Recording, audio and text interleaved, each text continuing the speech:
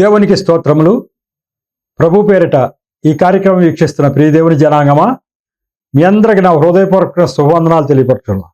విజ్ఞానాభిలాషారా మీ అందరికీ నా వందనాలు తెలియపరచుకున్నాను. ఈరోజు 207వ ఎపిసోడ్కి వచ్చాం. సబ్జెక్టు నా దర్శనాల్లో ఒక ఇంపార్టెంట్ దర్శనం గురించి, ఇతర జనుల గురించి దేవుడు బాగా వారిని శ్రమపడుతూ వారిని ఎలా అయినా రక్షించాలని అనేక కార్యక్రమాలు చేస్తున్నటువంటి సందర్భాలు మీకు వివరిస్తా వస్తూ ఉన్నా. మరి గత ఎపిసోడ్లో చెప్పింది ఏంటంటే, మరి సాధు జాన్ గారు, ఆయన కాటుమాల జాన్ గారు ఆయన పేరు, ఆయన గుంటూరు జిల్లాలో ఆయన ఎలా దేవుడు దర్శించాడు, ఎలా ఆయన యొక్క సాధనంగా ఆయన చేసుకున్నాడు, ఆయన మరి యవ్వన కాలంలో నేను ఎందుకు సేవ చేయాలి, నేను ఎందుకు త్యాగం చేయాలి, నేను ఎందుకు కోల్పోవాలి అని తిరస్కార స్వభావంతో ఉన్నప్పుడు దేవుడే ఒక పెద్ద ఆయన రూపం ధరించి ఆయన దగ్గరికి రావటం, ఆయన దగ్గరకు వచ్చి దేవుడు నిన్ను ఇలా ఏర్పరచుకున్నాడు, నువ్వు దేవుడి సేవ పరిచయం చేయాల్సి ఉంటుంది అని చెప్పినప్పుడు ఆయన ఇవన్నీ నమ్మటం నా వల్ల కాదు, నాకు వీలు పడదు అని చెప్పినప్పుడు, అలా అయితే నేను చెప్తున్నా విను, నువ్వు 31 రోజులు మాట్లాడవేక, అలాగే ముందుగా ఒక 3 రోజులు నీకు అన్నం దొరకదు, ఆ తర్వాత 25 రోజులు పూర్తిగా భోజనం చేయవు, 3 వేళ్లకు వచ్చినంత మాత్రమే ప్రాణం నిలబెట్టుకోవటానికి కొంచెం ఆహారంతో సరిపెట్టుకోవటం ఇలా జరుగుతుంది అని చెప్పాడు. ఇదేం జరుగుద్దిలే అనుకున్నాడు ఆయన. ఆ పెద్ద ఆయన దేవుడని ఆయన ఇంకోట్లా ఎవరో అనుకున్నాడు. అది జరిగిపోయింది. మొదటి 3 రోజులు అన్నం దొరకలా. అప్పుడు ఆలోచించాడు, ఇదిగో పెద్ద ఆయన దేవుడే అయి ఉంటాడని అర్థమైంది. ఆ తర్వాత 31 రోజులు ఆయనకి మాట రాలా. ఆ తర్వాత 25 రోజులు మరి 3 వేళకి ఎంత అన్నం వస్తే అంతే తీసుకున్నాడు ఒక్కో పూట. అలా జరిగిపోతుంది. కాబట్టి దేవుడు నన్ను ముట్టాడని అర్థమైంది. ఎప్పుడైతే ఆ యొక్క 31 రోజులు అయిపోయి ఆయనకి మాట వచ్చిందో అప్పుడు ఇక దేవుడు ఆత్మచేత ఆయన అరణ్యానికి వెళ్ళిపోయాడు. ఆ యొక్క తల్లి తండ్రి, పెంచుకున్న తల్లి తండ్రి వాళ్ళందరికీ చెప్పేశాడు, దేవుడు నన్ను పిలుస్తున్నాడు, ఆయన పని నిమిత్తం వెళ్ళిపోతున్నా, ఈ లోకంలో నాకేం అక్కర్లా, ఈ ఆస్తులు పాస్తులు నాకేం అక్కర్లా అని చెప్పేసి కట్టుబట్టలతోటి దేవుడు ఆత్మచేత నడిపింపబడి అరణ్యంలోకి వెళ్ళిపోతాడు. అరణ్యంలో దేవుడు ఒక దర్శనం చూపించాడు. ఆయన ఆరోహణం అవుతున్నప్పుడు శిలువ మీద నుంచి లేచిన తర్వాత, శిలువ త్యాగం అయిపోయిన తర్వాత ఆయన మరి ఆరోహణం అయినప్పుడు శిష్యులందరికీ ఎట్లా దర్శనం ఇచ్చాడో అట్లా ఒక దర్శనం ఈయనకి అరణ్యంలో చూపిస్తూ మరి 2 వచనాలు ఆయనకి బయలుపరిచారట. అదేంటంటే కొరింథీయులకు రాసిన మొదటి పత్రిక 14వ అధ్యాయం 1 నుంచి 5 వరకు. అదేంటి, ఆయనకి ఏం బయలుపరిచారో చూద్దాం. దేవుడు ఏం చెప్పాడు అన్నది అది అనమాట. దేవుడు ఈయన ద్వారా చేయదలుచుకున్నాడో అది ఆ యొక్క దర్శనాల ద్వారా చూపిస్తూ ఉంటాడు. ఇప్పుడు ఆ దర్శనంలో చూపించాడు. కొరింథీయులకు రాసిన మొదటి పత్రిక 14వ అధ్యాయం 1 నుంచి 5 వచనాలు ఒకసారి మీకు చదివి వినిపిస్తా. ప్రేమ కలిగి ఉండుటకు ప్రయాసపడుడి, ఆత్మ సంబంధమైన వరములను ఆసక్తితో అపేక్షించుడి, విశేషముగా మీరు ప్రవచన వరం అపేక్షించుడి. ఎందుకనగా భాషతో మాట్లాడువాడు మనుషులతో కాదు, దేవునితో మాట్లాడుచున్నాడు. మనుషుడెవడును గ్రహింపడు గాని వాడు ఆత్మ వలన మర్మములను పలుకుచున్నాడు. క్షేమాభివృద్ధియు హెచ్చరికయు ఆదరణయు కలుగునట్లు ప్రవచించువాడు మనుషులతో మాట్లాడుచున్నాడు. భాషతో మాట్లాడువాడు తనకే క్షేమాభివృద్ధి కలుగు చేసుకొనును గాని ప్రవచించువాడు సంగమునకు క్షేమాభివృద్ధి కలుగజేయను.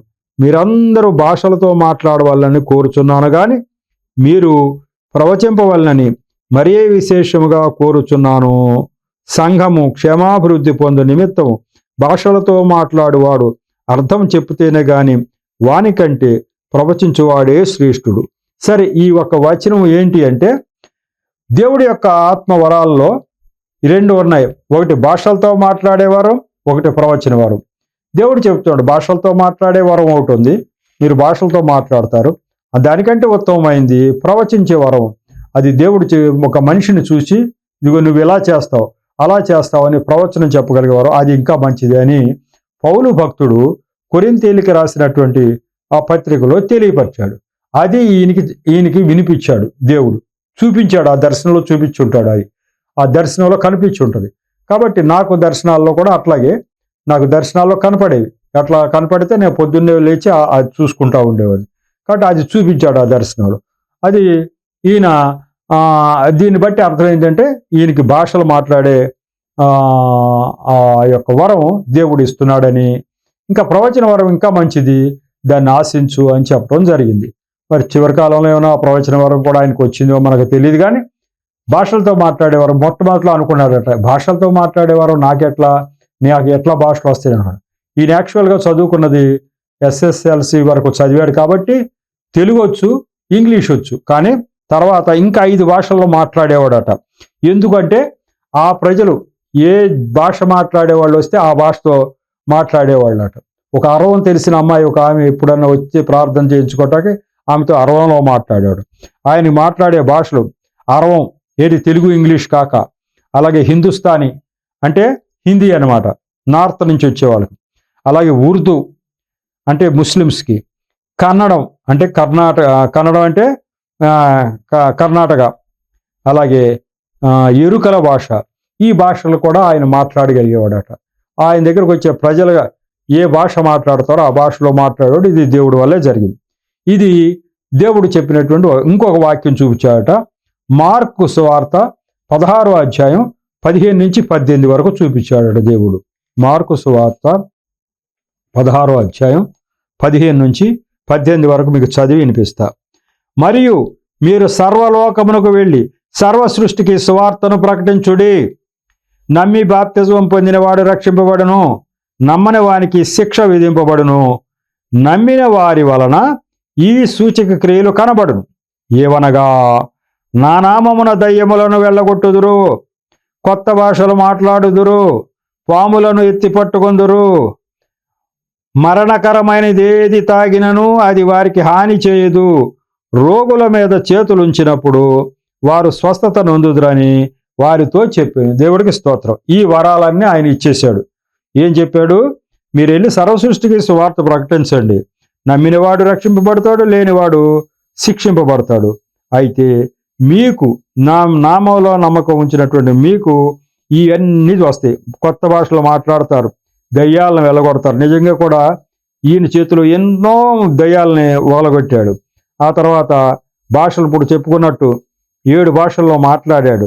అలాగే పాములను ఎత్తి పట్టుకొందురు, మరణకరమైనది ఏది తాగినను అది వారికి హాని చేయదు. ఈ పాములు కరిచి చచ్చిపోతాడు ఇవాళ రేపు అన్న వాళ్ళందరూ అనేక మందిని తీసుకొస్తే ఈయన పాము కరవటం ఎప్పుడు లేదు. కానీ పాములు కరిచిన వాళ్ళు, ఒక మనిషి అట్లా అది కాలినడకన తిరగటం అనేది చాలా కష్టమైన పని. ఎన్ని గ్రామాలు తిరిగాడు అన్నది నేను ఇక్కడ అంతా రాసి పెట్టుకున్నాను. ఆయన మొత్తం తిరిగిన గ్రామాలు ఎన్ని, ఎంతమందిని స్వస్థపరిచాడు అవన్నీ నేను రాసి పెట్టుకున్నాను. మొత్తము 851 గ్రామాలు, 851ని ఇంకా గ్రామాలు 113, 851 మందిని బాగు చేశాడు, రోగులు వీళ్ళంతా. అలాగే గ్రామాలు 35 బాగు చేసిన వాళ్ళు. ఈ సర్పకాటు నుంచి 36 మంది, పాము కరిచి చచ్చిపోతారు అనుకున్న వాళ్ళు 36 మందిని 35 గ్రామాల్లో బాగు చేశాడు. అలాగే రోగాలు వచ్చిన వాళ్ళు, దయ్యాలు పట్టిన వాళ్ళు, వాళ్ళకి 113 గ్రామాల్లో 851 మందిని బాగు చేశాడు. అలాగే ఇక సంతానం లేని వాళ్ళకి 99 మందికి సంతానం ఈయన ప్రార్థన చేస్తే కలిగింది. అది 6 తాలూకాలనే తాలూకాలు రాశారు. మరి ఇన్ని ఊళ్ళు ఎట్లా తిరిగాడు? ఈయన కాలినడకనే తిరిగాడు. నిజంగా కూడా ఈయన ఈ ఊరు దాటి ఇంకో ఊరు వెళ్ళిపోయేవాడు నడుచుకుంటా, ఎవరికి దారిలో కనిపించేవాడు కదట, మళ్ళీ ఇంకో ఊర్లో కనపడేవాడట. అంటే దేవుడు ఆత్మ చేత స్పీడ్గా నడిపించుకుంటా వెళ్ళిపోతాడు. బైబిల్ గ్రంథంలో ఫిలిప్పు అనేటువంటి ఒక ఆయన్ని, అలాగే ఇక్కడి నుంచి బయలుదేరి ఫలానా ఆయన వస్తున్నాడు, ఆయన దగ్గరికి నువ్వు అటు వెళ్ళిపో అని అనగానే ఆయన ఇథియోపియా రాణి దగ్గర ఉన్నటువంటి మంత్రి గారు ఆయన దగ్గరికి చాలా స్పీడ్గా అరణ్యంలో ఫిలిప్ వెళ్ళిపోయాడు. అంటే అంత స్పీడ్గా, అంత వేగంగా, ఎట్లా గుర్రం వేగం ఎట్లా ఉంటుంది అంత స్పీడ్గా నడిపిస్తాడు దేవుడు ఆత్మ చేత. అంటే 4-5 గంటలు వాక్యం చెప్పేవాళ్ళ జనాలకి. దేవుడు ఎవరు, సృష్టికర్త ఎవరు అది అర్థమయ్యేటట్టుగా. అలాగే ఎంతమంది వచ్చేవాళ్ళు ఒక్కొక్క రోజు అంటే సుమారు 4-5 వేల మంది వచ్చేవాళ్ళట ఆయన సభలకి. ఎలా ఉండేదంట మరి అందరు గ్రామాల నుంచి బళ్ళు కట్టుకుని ఆ ఊళ్ళకు వస్తూ ఉండేవాళ్ళట. ఈయన ఎప్పుడు కూడా తరచుగా ఉపవాస ప్రార్థనలో గడిపేవాడట. ఈ తరచుగా ఉపవాస ప్రార్థనలో చేయటం వల్ల మళ్ళీ కొన్ని చోట్ల ఆయనకి ఆహారం దొరికేది కాదట. ఎట్లా, ఒక ఊరు బయలుదేరి ఇంకో ఊరు వెళుతున్నాడు, ఈ ఊరిలో భోజనం చేశాడు అనుకుని వాళ్ళు భోజనం ప్రసక్తి ఎత్తేవాళ్ళు కాదు. వచ్చిన వాళ్ళల్లా అయ్యా మాకు స్వస్థత మాకు ఇబ్బంది అని ఆయన దగ్గరకు వచ్చేవాళ్ళు. ఆతృత కదా, ఆయన భోజనం చేశాడో లేదో వీళ్ళు గమనించేవాళ్ళు కాదు. ఒకడు దగ్గర చేసి వచ్చాడు అనుకునేవాళ్ళు, కానీ వాళ్ళు ఏమనుకునేవాళ్ళు ఈయన వెళ్తున్నాడు కదా వాళ్ళు చూస్తారు అన్నమాట. అట్లా వీళ్ళు భోజనం పెట్టగా వాళ్ళు భోజనం పెట్టగా అట్లా అనేక సార్లు ఉపవసించవలసి వచ్చేది. భోజనం కూడా సరిగా తీసుకోవటానికి వీలయ్యేది కాదు. జనం ఎప్పుడు కిక్కిరిసిపోయి వస్తూ ఉండేవాళ్ళట. వచ్చిన వాళ్ళందరికీ ప్రార్థనలు చేసేవాళ్ళట. ఇక ఆయన ప్రార్థన చేస్తే రోగాలు పోయాయి, దయ్యాలు పోయాయి, సంతాన ప్రాప్తి కలిగాయి, పాములు గరిచిన స్వస్థపడిపోయాడు. మరి ఆ రకంగా ఈ 13 సంవత్సరాల్లో పరిచర్య ఎలా జరిగిందో ఈ జకరయ్య గారు అన్నటువంటి రచయిత మరి కళ్ళకు కట్టినట్టుగా దీంట్లో రాసి చక్కగా చూపించడం జరిగింది. ఇది అయిపోయింది. అయిన తర్వాత ఇప్పుడు మనకు అసలు పాయింట్ ఏంటంటే, ఈ దేవుడు మరి కష్టపెడుతూ వీళ్ళ బంధువులందరూ ఏమనుకుని ఉంటారు, వీళ్ళ కాటుమాల జాన్ గారిని పెంచుకున్నటువంటి వాళ్ళంతా అయ్యో మనం ఏం పాపం చేశాం, మనం పెంచుకున్నాం ఒక పిల్లాడిని, ఆ పిల్లాడిని మనకు కాకుండా చేశాడు దేవుడు, ఈ దేవుడు ఆ పిల్లాడిని తీసుకెళ్ళిపోయాడని వాళ్ళు అనుకుని ఉంటారు కదా. ఎవరికైనా అంతే కదా. మరి నా విషయంలో నేను పరిచర్యలో చాలా నష్టపోవటం అంటే నాకున్న ఆస్తులు తరిగిపోతూ ఉంటే మా బంధువులు కూడా అలాగే ఏంటి ఈ దేవుడు ఇది ఇస్తాడు అందరికీ ఇస్తాడు అంటారు కదా, నువ్వు అన్ని కోల్పోతున్నావు ఏంటి అంటారు. ఆయన త్యాగం చేపిస్తాడు అవసరమైతే కొంతమంది, అందరికి కాదు, మామూలుగా ఇచ్చే వాళ్ళందరికీ ఇస్తాడు. కొంతమంది చేద్దాం. ఇప్పుడు ఈయనతో త్యాగం చేయించాడు లేదా, ఈయన హాయిగా పెళ్లి చేసుకోవాల్సిన ఆయన, పిల్లలతో ఉండవలసిన ఆయన, ఆ యొక్క పెంచుకున్న తల్లిదండ్రులకు ఆసరాగా ఉండవలసిన ఆయన అర్ధంతరంగా నేను వెళ్ళిపోయి దేవుడి పరిచర్యకి వెళ్ళిపోతున్నానని దేశం విడిచిపెట్టి వెళ్ళిపోయినట్టుగా వెళ్ళిపోతే వాళ్ళందరూ వృద్ధాప్యంలో బాధపడి ఉంటారు. కాబట్టి చూసే వాళ్ళకి ఎలా ఉంటుందంటే, వాళ్ళ బంధువులకి ఇదేంటి ఎలా జరిగిందంటే దేవుడు అలా. దీని వెనక ఉన్నటువంటి మర్మం ఏంటి, ఎందుకు సాధు జాన్ గారిని ఇంత కష్టపెట్టాలి, ఎందుకు నేను పరిచర్య చెయ్యను మొర్రో అంటే 31 రోజులు మాట్లాడకుండా ఎందుకు చేయాలి, 25 రోజులు భోజనం లేకుండా ఎందుకు చేయాలి, ఎందుకు ఇదంతా చెయ్యాలి అని అంటే, దీంట్లో ఇతర జనుల మీద ప్రేమ ఉంది. ఇతర జనులు కాపాడటానికి, ఇతర జనులు 10,000 మందికి రక్షించడానికి, ఇతర జనులు 3,000 మందికి ఆ స్వస్థతలు అవన్నీ చేయటానికి దేవుడు ఈయన సాధనంగా ఉపయోగించాడు. కాబట్టి ఇతర జనుల మీద ప్రేమ ఉందా లేదా? ఈయన ఒక 70 సంవత్సరాలే బ్రతికాడు. మరి అంటే ఎక్కువ బాగా దీర్ఘకాలమేం బతకల. ఎన్నో శ్రమలు తిన్నాడు, తినలేదు, పక్షి వలె తిరుగుచూ ప్రజల కోసం పాటుపడ్డాడు. ఎవరు ఈ ప్రజలు? ఈ ప్రజలు క్రైస్తవులు ఒక్కలేనా? కాదు, అందరూ కూడా మెజారిటీ ఎవరా అంటే ఇతర జనులే.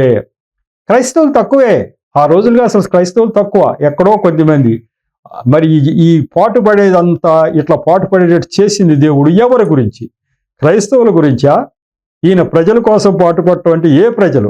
ఇతర ప్రజలు, ఈ యొక్క యేసు ప్రభు మార్గంలో లేని ప్రజలే ఎక్కువ మంది. కాబట్టి వాళ్ళ మీద ప్రేమతోటి తన బిడ్డ అయినటువంటి సాధు జాన్ గారి జీవితం త్యాగం చేయించాడు. మరి ఏంటండి త్యాగం చేయించాడు? చేయించడానికి కారణాలు ఉండే. ఆయన కొన్నాడు, వెలవు పెట్టి కొన్నాడు. నిజంగానే చిన్నపిల్లడప్పుడే చచ్చిపోవలసినవాడు సాధు జాన్ గారు, గర్భస్థ శిశువుగా ఉన్న బ్రతికిచ్చాడు. అలా కొన్నాడు, ఆయనకి అన్ని కార్యాలు చేసి మరి ఆయన బ్రతికించి ఆయన ఏర్పరచుకున్నాడు.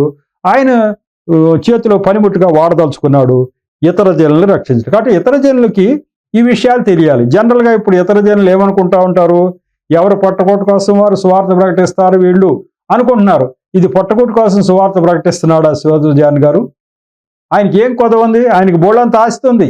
ఆయన అన్ని ఎందుకు విడిచిపెట్టేయాలి? ఆయన పొట్టకొట్టు కోసం, ఆయన స్వలాభం కోసం ఏమన్నది ఉందా దీంట్లో?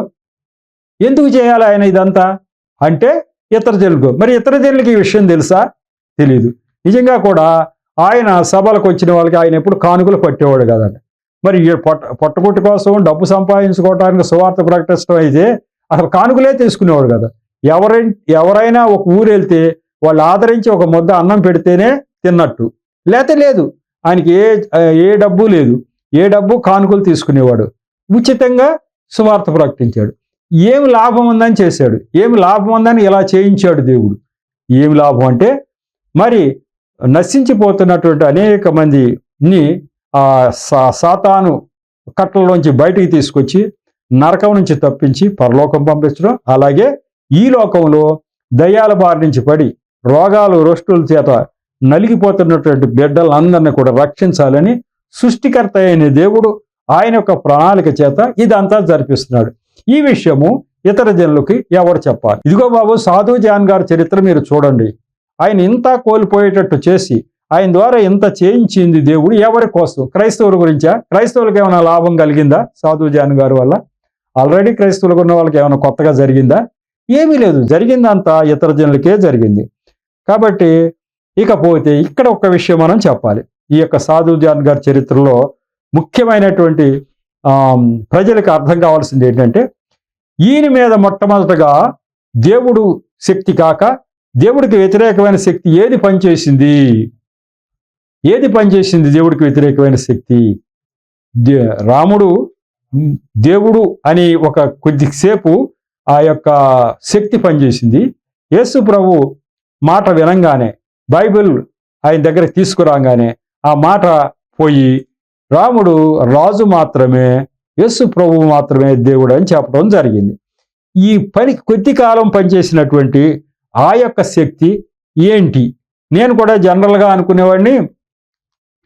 జనరల్గా జరిగిన విషయం మీకు చెప్తున్నాను. నేను తీర్థయాత్రలు తిరుగుతూ ఉండేవాడిని ఎక్కువగా. నేను రిటైర్ అయిపోయిన తర్వాత 1-2 సంవత్సరాలు, మరి 58 ఏళ్ళకి రిటైర్ అయ్యాను. 60 సంవత్సరం వరకు కూడా తీర్థయాత్రలు బాగా తిరిగాను. నాకు దేవుడు భక్తి ఎక్కువ. నేను తీర్థయాత్రలు బాగా తిరిగేవాడిని. ఆ తీర్థయాత్రలు తిరుగుతుండగా మరి మధ్యప్రదేశ్లోనో ఉత్తరప్రదేశ్లోనో తెలియదు కానీ కొల్హాపూర్ లక్ష్మీ దేవాలయం, మహాలక్ష్మీ దేవాలయం అని ఒకటి ఉంది. అది ఫేమస్ హిందువులకి. కాబట్టి ఆ మహాలక్ష్మీ దేవాలయానికి మేము వెళ్ళాం తీర్థయాత్రలు. అక్కడ దయ్యం పట్టుకున్నటువంటి ఒక స్త్రీని తీసుకొచ్చారు. ఎందుకు అంటే దేవాలయానికి తీసుకెళ్తే దేవుడి శక్తి చేత, ఆ అమ్మవారి శక్తి చేత ఆ దయ్యం పోతుందని వాళ్ళ ఆశ. వాళ్ళు మామూలుగా క్యూలోనే ఆమె నిలబెట్టారు. ఆమె కొంచెం వికృత చేష్టలు చేస్తుంది. క్యూలోనే మేము అనుకున్నాం, ఏంటి ఈమె ఇలా చూస్తుంది, ఇలా చేస్తుంది అనుకున్నాం. ఏంటో అనుకున్నాం. గర్భగుడిలో కూడా తీసుకొచ్చారు. ఆ గర్భగుడిలోకి వచ్చినప్పుడైనా ఆ మీద ఉన్నటువంటి సాతాను శక్తి, దయ్యపు శక్తి పోవాలి కదా, పోలే. ఆమె విర్రవీగిపోతూ ఆమె చేసిన చేష్టల లోపల ఆ గర్భగుడిలో కూడా అక్కడ పూజారులు కూడా కంగారు పడిపోయి భయపడిపోయి, అమ్మా ఆమెను ఎందుకు తీసుకొచ్చారు? ఇక్కడేం కుదరదు, ఇక్కడేమి దయ్యాలు పోవమ్మా, ఆమె తీసుకుపోండి అంటున్నారు. మా క్యూలో కొంతమంది అంటున్నారు, అవునండి ఇక్కడ దెయ్యాలు పోవు, మన దేవాలయాల్లో దెయ్యాలు పోవు, చర్చికి తీసుకెళ్తే పోతుందండి అంటున్నారు. అప్పుడు నాకు వెలిగింది కొద్దిగా. ఏంటి చర్చికి తీసుకెళ్తే దెయ్యం పోవటం ఏంటి, మన దేవాలయాల్లో పోకపోవటం ఏంటి? నా కళ్ళారా చూసా. దయ్యం పట్టుకున్న ఆమె చేసిన వికృతి చేష్టలు గర్భగుడిలో కూడా చేసింది. ఆమె ఇక్కడ ఉన్నటువంటి శక్తి, దేవుడి యొక్క శక్తి కానీ ఆమె యొక్క మీద ఉన్నటువంటి దురాత్మను వదిలించలేకపోతుందంటే ఇక్కడ శక్తి లేదన్నా అంటేగా. ఎక్కడెక్కడి నుంచో జనము ఇది పవిత్రమైన దేవాలయము అని చెప్పి వస్తూ ఉన్నారే. మరి దక్షిణ భారతదేశం నుంచి ఉత్తర భారతదేశం వెళ్ళి మేము తీర్థయాత్రలో ఆ దేవాలయానికి వెళ్ళామంటే అది శక్తివంతమైన గుడి, శక్తి ఉంది అక్కడ దేవుడి దగ్గర అనుకున్నాం. కానీ అక్కడ ఏమి జరగల. జరగకపోగా వాళ్ళు తీసుకెళ్ళిపోండి, ఇక్కడ ఏం జరగదు అంటున్నారు. అప్పుడు అర్థమైంది. తర్వాత నేను ప్రభు వైపు చూసిన కొత్తలో నేను చర్చికి వెళ్తాను. ఆ చర్చికి వెళ్తుండగా దయ్యం పట్టుకున్న వాళ్ళని ఒకరు తీసుకొచ్చారు మా చర్చిలో. తీసుకొస్తే వాళ్ళు కూడా దయ్యం పట్టుకుంది కాబట్టి చర్చిలో పోద్దని తీసుకొచ్చారు. ఆ దయ్యం పట్టుకున్న అతను చర్చిలోకి తీసుకొస్తుంటే వాడు గింజుకుని పోతున్నాడు. అసలు కూర్చోబెడితే 1 నిమిషంలో మళ్ళీ లేచిపోయి మంటలు నేను ఇక్కడ కూర్చొని పారిపోతున్నాడు. 2-3 బలవంతంగా తీసుకొచ్చారు. తీసుకొచ్చిన అందరిని కొట్టేసి పారిపోతున్నాడు. ఇక్కడ మంటలు అంటున్నాడు. అంటే చర్చిలో అంత శక్తి ఉందన్నమాట. చర్చిలో ఏముంది అనుకుంటాం, చర్చిలో విగ్రహం ఉంటుందా, ఏమైనా ఉంటుందా? మా మా యొక్క బంధువు ఒక ఆయన ఊరిని చర్చి శుద్ధిగా రా అని తీసుకెళ్తే, ఏంటి బావగారు చర్చిలో అసలు స్వామివారి విగ్రహమే లేదేంటి అంటున్నాడు. వాళ్ళకి లెక్క కదా విగ్రహం ఉంటే దేవుడు ఉన్నట్టు, ఇక్కడ ఏమీ లేదేంటి అంటున్నాడు. అంటే చర్చి లేని రోజు తీసుకెళ్ళే ఊరికినే చూపిస్తాడు. ఏమీ లేదేంటి, మరి ఇక్కడ ఎక్కడ ఎవరికి మొక్కుతారు మీరు అంటున్నారు. ఎవరికి మొక్కేదేముంది, దేవుడు అన్ని చోట్ల ఉన్నాడయ్యా, కనపడ్డు, ఆయనకి రూపం ఉండదు, ప్రభువా అని మేము ప్రార్థన చేస్తామట చేతులెత్తి. ఆయన వింటాడు, ఇక్కడ ఉన్నాడు, శక్తి ఆయన ప్రభావం ఉంటుంది అని చెప్పాను నేను. అలాగే ఆ యొక్క చర్చిలో అంత ప్రభావం ఉందని తెలిసింది. నిజమే అయినప్పుడు మరి అసలు ఈ విగ్రహాల్లో అసలు ఏమాత్రం మహిమ లేదా, లేకుండానే ఇంతమంది కొలుస్తున్నారా అని మనం ఆలోచిస్తే కాదు. కొద్దిగా విగ్రహాల వెనక ఒక శక్తి ఉంది, అది దేవుడికి వ్యతిరేకమైన శక్తి. ఆ శక్తి ఈ యొక్క సాధు జాన్ గారిని మరి కొద్దిసేపు ఆపగలిగింది. యేసు ప్రభువు దేవుడు అన్న విషయంలో కొద్దిసేపు ఇక్కడ రాముడు దేవుడు అని అనిపించగలిగింది. మళ్ళీ తర్వాత పోయింది. ఆ శక్తి ఒకటి ఉంది, ఎక్కడ విగ్రహాల వెనక దాగి ఉంది. ఆ శక్తి ఇప్పుడు చక్కని ఉదాహరణ ద్వారా మీకు తెలియపరుస్తా. ఆ శక్తి కొద్దిగా ఉంది అంటాకి రుజువు ఇదే. సాధు జాన్ గారు దీంట్లో చూసిన తర్వాత ఇక మేము ఇప్పుడు చక్కని సాక్ష్యం ఒకటి వచ్చింది. ఆ సాక్ష్యంలో ఏమని ఉందంటే, ఆ సాక్ష్యంలో ఒక ఆయన ఎజ్రా పాస్టర్ గారని సాక్ష్యం చెప్తా ఉన్నాడు. ఇక ఆయన ఎంత విచిత్రంగా ఉందంటే, ఆయన సాక్ష్యం చూస్తూ ఉంటే, ఎజ్రా పాస్టర్ గారు ఎక్కడ ఆయన నెల్లూరు మొన్న 4 నెలల క్రితం మన నవంబర్లో వచ్చింది. లోహిత్ క్రిస్టియన్ యూట్యూబ్ ఛానల్లో వచ్చింది. ఆ హెడ్డింగ్ ఏంటంటే, మన దేశపు ప్రధాన దేవత యేసుక్రీస్తు వద్దకు వెళ్ళుము అని ఎందుకు చెప్పింది అని హెడ్డింగ్. ఈ దేశంలో ఉన్నటువంటి ఒక దేవతట నీకు యేసు ప్రభు దగ్గరికి వెళ్ళాయా నీకు బాగవుతుందని చెప్పిందట. ఇదేంటి ఆశ్చర్యంగా ఉంది, అట్లా చెప్తారా? అది ఉందా? ఆ సాక్ష్యం బ్రహ్మాండంగా ఉంది. అప్పుడు అర్థమైంది. కాబట్టి కొద్దిపాటి శక్తి విగ్రహాల వెనక దాగి ఉంది, అది దేవుడు ముందు పనిచేయదు. అయితే ఈ యొక్క సాక్ష్యం వింటే ఓహో ఆ శక్తి ఇది అనమాట. దీన్ని చూసి అందరూ భ్రమపడి దేవుడు అని అనుకుంటున్నారు. కానీ అది నిజంగా సర్వశక్తుడు దేవుని శక్తి కాదు, ఆయన ప్రభావం కాదు.